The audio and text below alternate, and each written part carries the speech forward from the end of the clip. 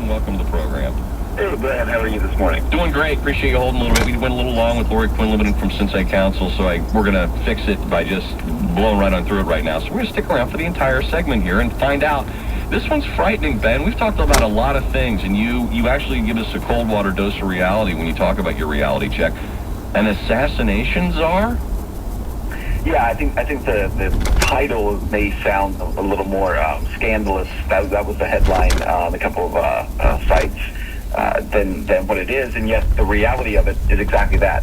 John Brennan, who is a senior advisor to the White House, has kind of stepped up, and he's taken over this role of choosing targets for the U.S.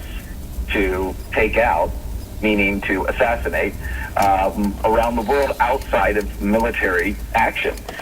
What that essentially means is you have a small group of people now in the White House who are headed up by John Brennan, who are bypassing the Pentagon, and they are selecting the terror targets that the president will use drones to kill. Well, Ben, I thought the United States outlawed, assassinations like, what is it, after the Kennedy administration or something? Didn't we try to kill Fidel Castro a whole bunch of times, were unsuccessful? I thought we didn't do that anymore.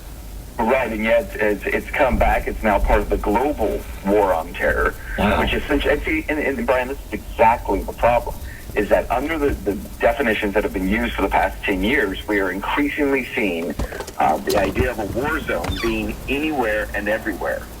We're now seeing this idea of we're going to select targets without declarations of war, because we have this overarching declaration of a war on terror, which includes really every country around the world, and therefore can include any person in any country. Well, and the definition of terror itself is obscure and skewed, because, if someone is a jihadist, for example, one of the suicide bomber types, that you think of terrorists, the war by the weak. They don't have an army. They can't even wage a guerrilla warfare, so they're disparate groups of really, deranged, sometimes religious fundamentalists who want to kill themselves for some other bizarre reason.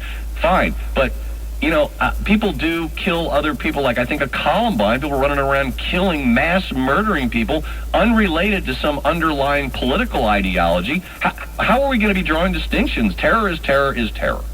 Well, that's exactly right. And the reality is that in the past we would have referred to these groups as gangs.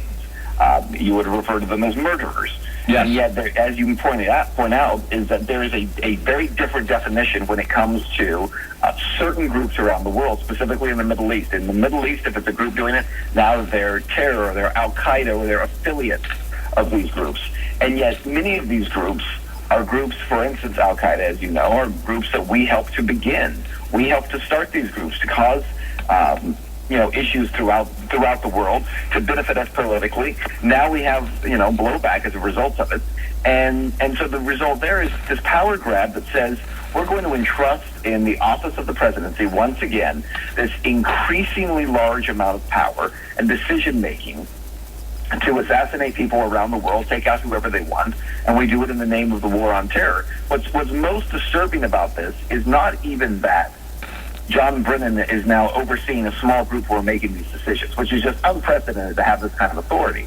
It's that the Congress of the United States has made itself so completely irrelevant that it does not stand up and say, you know what, our Constitution does not provide the power to do this. Nobody will stand up to it.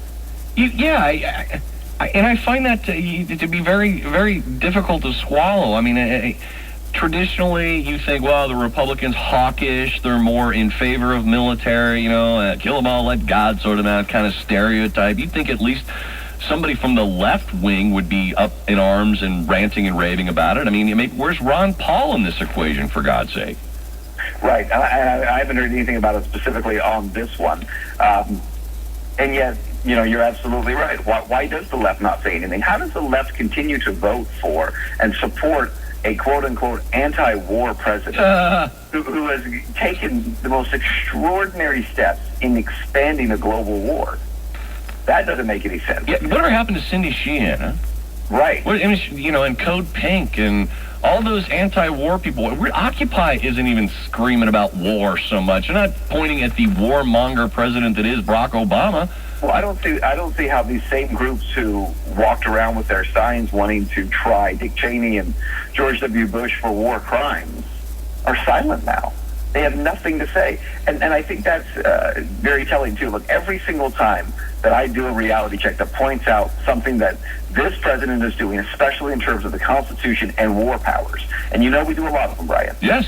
When we do it, I every time inevitably will get emails from people saying, well, what about George W. Bush? Yeah, well, What about okay. George W. Bush? You're not president. You criticized. I bet you, Ben, Exactly. you weren't doing reality check then. But I bet if you were doing, I mean, you had been on television. Maybe you had personal thoughts and opinions on the matter. You probably were critical of him then too. Whether or not you had a vehicle for it. No question. We've moved on. We got.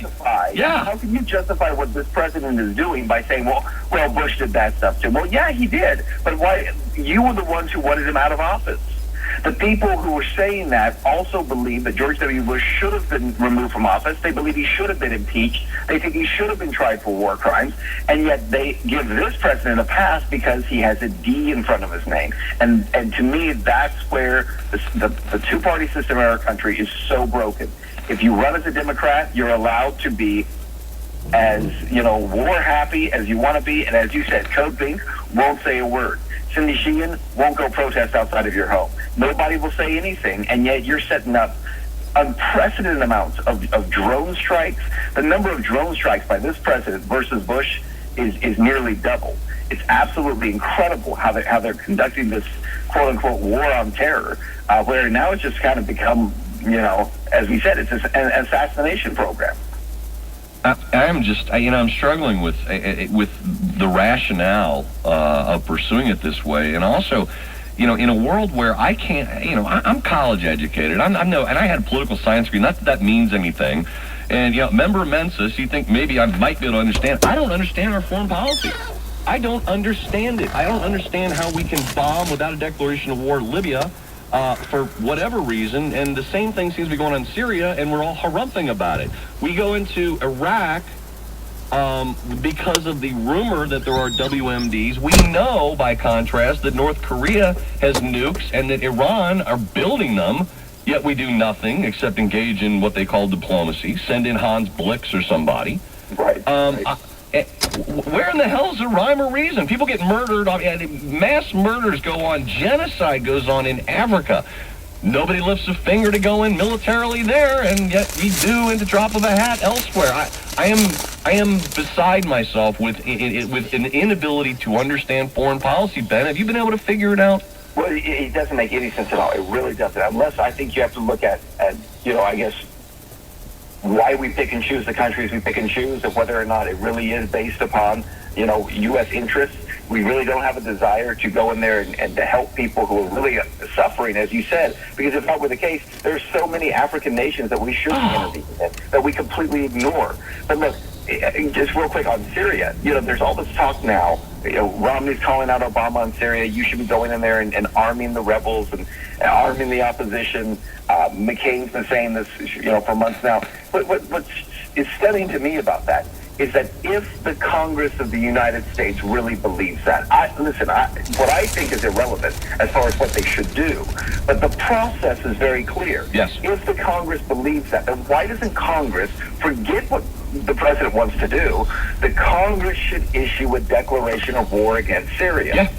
And say, Mr. President, as the Congress of the United States, we are issuing a declaration of war that states that we're going to intervene on behalf of the Syrian people at this point, and these are your orders, and this is what you're going to do. Instead, Congress is doing nothing, right, and they're sitting back saying, criticizing and saying, why don't you do something? You need to do something. And so they are handing the president power that he doesn't have, expecting him to use it. And then when he does use it, they'll say, well, that's, the job of the president. And so someone like John McCain, he needs to shut his mouth, in my opinion, about the Syria issue, or do his job and help to draft a declaration of war and send it to the president. Test the will of the politicians, find out if it's something we should be doing or not. They did it in World War II, but they waited for the Germans or the Japanese to bomb Pearl Harbor before we get the sentiment up to do it. I guess it's just easier to ignore it and I guess I'm thinking Korea, Vietnam, Iraq. Have you had a declaration of war since World War II, Ben? We have not had a declaration of war. Yeah, it's interesting, isn't it? For years and years, and you know, and now we're talking about. You mentioned about Iran. We have this the whole discussion going on about Iran. Are we really going to start another war? Go into that country, go through this entire process again, which, quite frankly, well, we're bankrupt. We don't have the money to get next another one of these wars. Well, nice exclamation point on that, Ben. I appreciate you elevating this to a level of discussion. I know people have multiple opinions on it. It's like, well, you know, blah, blah, blah. But in the final analysis, we seem to be a ship without a rudder. There is no grand plan that we're following, and that these little points that you've made, the war here, the war there, the bombing here, the lack of bombing there, the drone strikes, all lead us and are collectively working toward one end. No one's articulated the one end strategy, so all of this should come into play and question, and so the American people can have a say on it. But we do have a Constitution that's supposed to require a declaration of war. I agree, Ben, and sadly, we've just forgotten that section. Ben, listen to you. We watch you all the time, Fox 19. Thanks for coming on every Tuesday. I'll look forward to talking to you again on next week at 8:30 on Tuesday. Sounds good, Brian. Talk to you later. Have a fabulous week. 845 55 KRCD Talk Station.